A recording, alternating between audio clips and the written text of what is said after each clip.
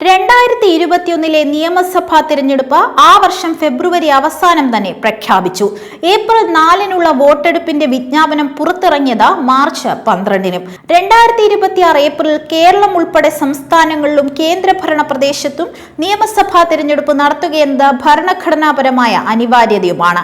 ഇത്തവണ 2 ആഴ്ച വൈകിയാണ് തീയതികൾ പ്രഖ്യാപിച്ചത്. പ്രഖ്യാപനം വന്നു മണിക്കൂറുകൾ തികയുന്നതിനു മുൻപ് LDF ഭൂരിപക്ഷം സ്ഥാനാർത്ഥികളെയും പ്രഖ്യാപിക്കുകയും ഔപചാരിക പ്രചാരണം ആരംഭിക്കുകയും ചെയ്തു. പക്ഷേ എല്ലാവരും വോട്ടെടുപ്പ് പ്രതീക്ഷിച്ചിരിക്കുകയാണെങ്കിലും കഴിഞ്ഞ തവണത്തെ അപേക്ഷിച്ച് 2 ആഴ്ച പിന്നിട്ടെങ്കിലും പ്രതിപക്ഷ മുന്നണികളായ UDF-ഉം NDA-യും സ്ഥാനാർത്ഥികളുടെ കാര്യത്തിൽ അനിശ്ചിതത്വത്തിൽ തുടരുകയാണ്. ഇക്കാര്യത്തിൽ LDF ആദ്യ ലാപ്പിൽ തന്നെ വളരെ മുന്നിലെത്തിയിരിക്കുന്നു. യഥാർത്ഥത്തിൽ വളരെ കുറച്ച് മണ്ഡലങ്ങൾ ഒഴികെ LDF സ്ഥാനാർത്ഥികൾ ഒരാഴ്ച മുൻപ് തന്നെ പ്രചാരണ രംഗത്തിറങ്ങിയിരുന്നു. വിവിധ മണ്ഡലങ്ങളിൽ വികസനത്തിന്റെയും ക്ഷേമ പ്രവർത്തനങ്ങളുടെയും നായകരായ സിറ്റിംഗ് MLA-മാർക്കൊപ്പം ഒട്ടേറെ പുതുമുഖങ്ങളെയും LDF അവതരിപ്പിച്ചിട്ടുണ്ട്.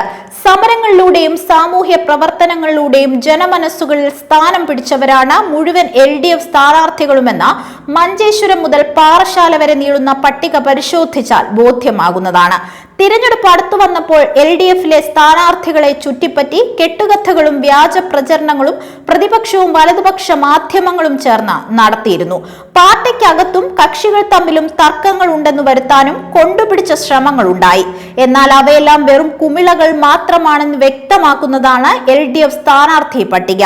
10 വർഷമായി തുടർച്ചയായും അതിനു മുൻപ് പലതവണയായും സംസ്ഥാനം ഭരിച്ച LDF അതുകൊണ്ട് തന്നെ ഉറച്ച ആത്മവിശ്വാസത്തോടെയാണ് കളത്തിൽ നിറഞ്ഞിരിക്കുന്നത്. എണ്ണിപ്പറയാവുന്ന ഭരണ നേട്ടങ്ങളും കണ്ണുനീർ തുടച്ചും മെയ്യോട് ചേർത്തും കൂടെ നിന്നതിന്റെ സ്വാനുഭവങ്ങളും സംസ്ഥാനത്തെ സമ്മതിദായകരും LDF-ന് 3-ാം ഊഴം നൽകുന്നതിന് സജ്ജരായിരിക്കുകയുമാണ്. അവരുടെ മുന്നിൽ ദുരന്തമുഖത്ത് നിരാലംബരായ മനുഷ്യരെ ചേർത്തു നിർത്തിയതിന്റെ അടയാളങ്ങൾ ഭവനങ്ങളായി കൽപ്പറ്റ എൽസ്റ്റൺ എസ്റ്റേറ്റിലുണ്ട്.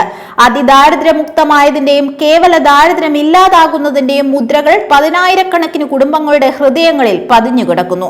സാമൂഹ്യക്ഷേമ പെൻഷൻ ഉയർത്തിയതിനാലും കുടിശ്ശികയില്ലാതെ വിതരണം ചെയ്തതിനാലും മുന്നോട്ട് കൊണ്ടുപോകുന്ന 6 ദശലക്ഷത്തിലധികം മനുഷ്യരുണ്ട്. ആരോഗ്യ പരിപാലന രംഗത്തെ ലോകതുല്യമാക്കിയ നേട്ടങ്ങളുടെ പട്ടികയുണ്ട്. വിദ്യാഭ്യാസ രംഗത്തും കാർഷിക മേഖലയിലും കൈവരിച്ച നേട്ടങ്ങൾ തലയുയർത്തി നിൽക്കുന്നുണ്ട്. പാഠപുസ്തകങ്ങൾ സ്കൂൾ തുറക്കുന്നതിനു മുൻപേയും സ്കോളർഷിപ്പുകളും ആനുകൂല്യങ്ങളും യഥാസമയവും ലഭിച്ചതിനാൽ തടസ്സമില്ലാതെ പഠിച്ചും പരീക്ഷ എഴുതിയും ക്ലാസ് കയറ്റം നേടുന്ന കോടിക്കണക്കിന് വിദ്യാർത്ഥികളുണ്ട്. ഭൂമിയുടെ ഉടമസ്ഥാവകാശം സ്വന്തമായി കിട്ടിയ ലൈഫ് പദ്ധതിയിലൂടെ സ്വപ്ന ഭവനത്തിൽ കയറിക്കിടക്കാനായ 10 ലക്ഷത്തിലധികം കുടുംബങ്ങളുണ്ട്. അങ്ങനെ ജനകീയ ഭരണം ഹൃദയത്തിൽ തൊട്ട അനുഭവങ്ങളുള്ള ജനലക്ഷങ്ങളുടെ മുന്നിലാണ് ഒരുമിച്ചിറങ്ങി LDF വോട്ട് തേടുന്നത്.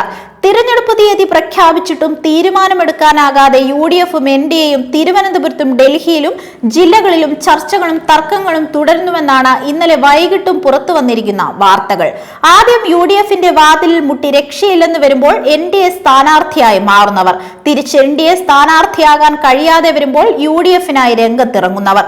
കാലുമാറ്റവും കൂറുമാറ്റവും ദേശസാൽക്കരിച്ച UDF-ഉം NDA-യും കേരളത്തിലും അത് പരീക്ഷിച്ചുകൊണ്ടിരിക്കുകയാണ്. മറ്റു പാർട്ടികൾ വിട്ടുവരുന്ന ഭിക്ഷാംദേഹികളെ സ്ഥാനാർത്ഥികളാക്കിയും സ്ഥാനത്തിനു വേണ്ടി തമ്മിലടിച്ചും ജനങ്ങളുടെ മുൻപിൽ ഇതിനകം തന്നെ ഇരുമുന്നണികളും പരിഹാസ്യമായിരിക്കുന്നു. ഇവരെ വിശ്വസിക്കാനാകില്ലെന്ന ബോധ്യം അവർ തന്നെ ജനമനസ്സുകളിൽ ഉണ്ടാക്കുന്നു. വൻ വാഗ്ദാനങ്ങളും എടുത്താൽ പൊങ്ങാത്ത പ്രഖ്യാപനങ്ങളുമാണ് ഈ മുന്നണികൾ സംസ്ഥാനത്തെ ജനങ്ങളുടെ മുൻപിൽ അവതരിപ്പിക്കുന്നത്. കേന്ദ്രത്തിലും സംസ്ഥാനങ്ങളിലും അധികാരത്തിലിരുന്ന് പറഞ്ഞ വാക്കുകളും പ്രഖ്യാപിച്ച പദ്ധതികളും നടപ്പിലാക്കാതിരുന്നതിന്റെ ചരിത്രം ഓർമ്മയുള്ളവരാണ് കേരളീയർ. ഇതെല്ലാമാണ് കേരളത്തിലെ ജനങ്ങൾ LDF-നെ നെഞ്ചേറ്റുന്നതിനും മറ്റ് 2 മുന്നണികളെയും ഒരുപോലെ തള്ളിക്കളയുന്നതിനുമുള്ള പ്രധാന കാരണങ്ങൾ. നേരത്തെ ഇറങ്ങിയ LDF നേരത്തെ തന്നെ ജയമുറപ്പിച്ചിരിക്കുന്നുവെന്നാണ് സാഹചര്യങ്ങൾ തെളിയിക്കുന്നത്.